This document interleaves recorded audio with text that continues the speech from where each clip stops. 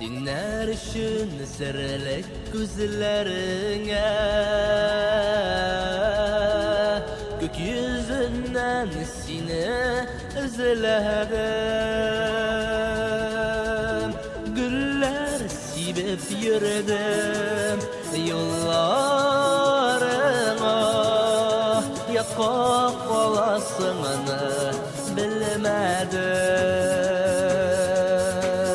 Güller sibip yürüdüm yollarına, yakak olasını bilmedim.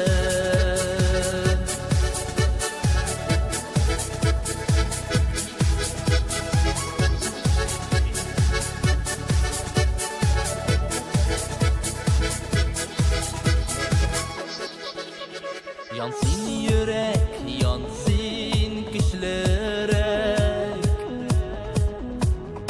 yalqınların bir şok süreler. Yanğın mehabetin ışkınları,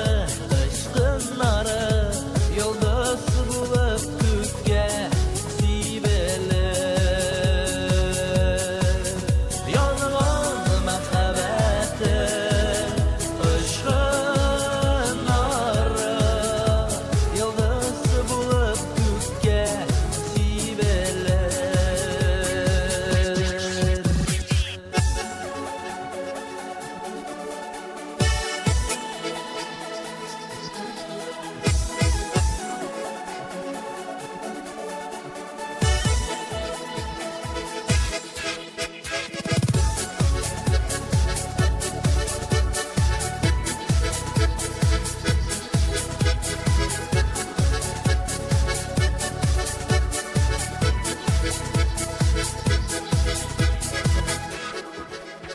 Qarangıda yollar izlersin de,